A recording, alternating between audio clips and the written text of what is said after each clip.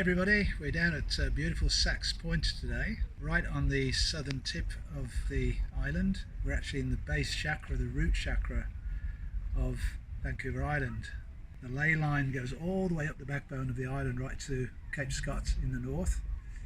It's very appropriate because today my daughter Angela and her husband Cameron had their first Choose Love Canada celebration here in Victoria.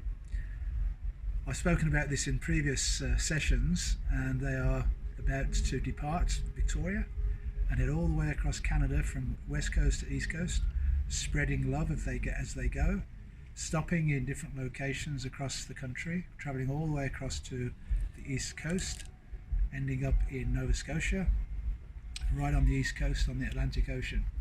We've already done a beautiful celebration with a dispatcher, which is a beautiful medicine bundle, which Cameron deposited in the Pacific Ocean.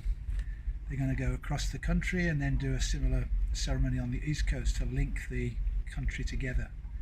Across this major line that runs all the way, the #1 highway from here right across to the furthest point on mainland Canada. And so the timing is quite interesting because this week we've just gone through the summer solstice and now we've finally got summer here in Victoria, thank goodness. It's a beautiful, bright, sunny day today, almost 30 degrees. And today we moved into the 52nd gene key, and Canada Day is next Friday, July the 1st. It is the day that Canada celebrates its beginnings. And so they are actually going to set off on that day, July the 1st. And we are in the 52nd gene key starting today right through to Friday, and that is the gene key shadow of stress. And what we are now wanting to do is move out of the stress and move into the city of stillness through the gift of restraint.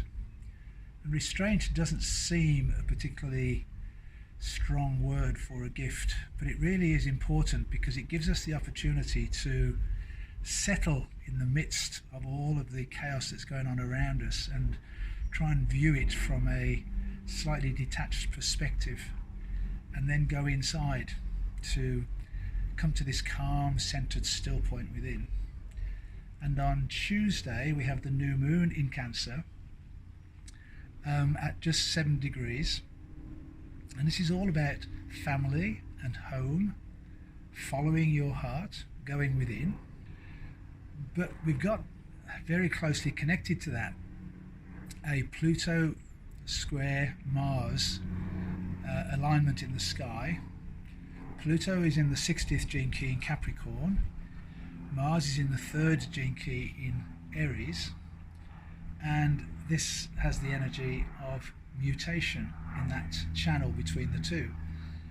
And it's also got that very strong warlike energy of transformation as well. So that mutation could be a really, really positive transformation, but it could also be quite a violent, explosive one. So finding time to step into the stillness over the next few days will be really, really important. Another neat little thing about this time is that Canada Day is July the 1st, American Independence Day is July the 4th, so they're both Cancer sisters and they live alongside each other.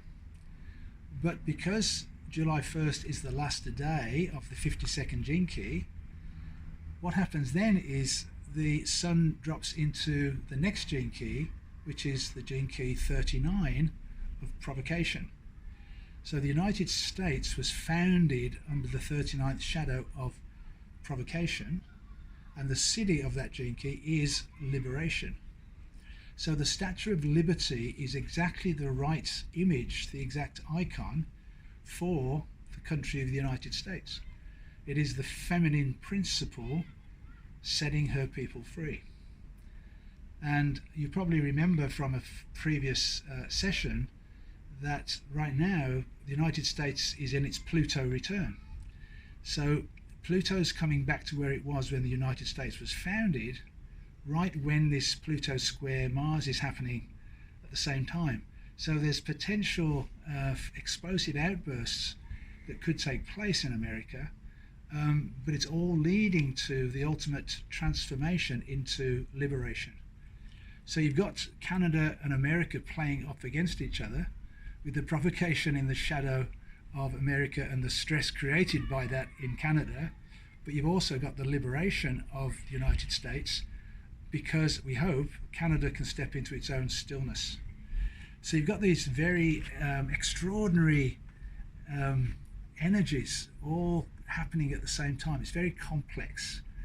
And the most important thing that we can do is to go within, find time to slow down, spend time in nature, and step into the stillness. We've mentioned in the last couple of weeks about the dream arc, and this is the new transmission from Richard Rudd, and bringing in the animals, birds and creatures to the gene keys.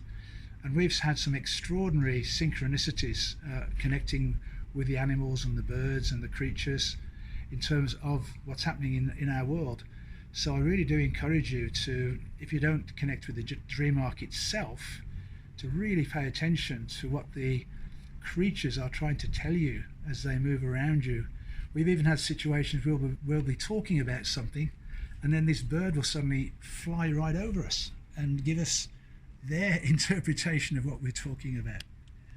We've just had a crow actually come right over us in this moment. So I really want you to take in this absolutely magnificent scene that we have right here on the southern tip of Vancouver Island in Sax Point.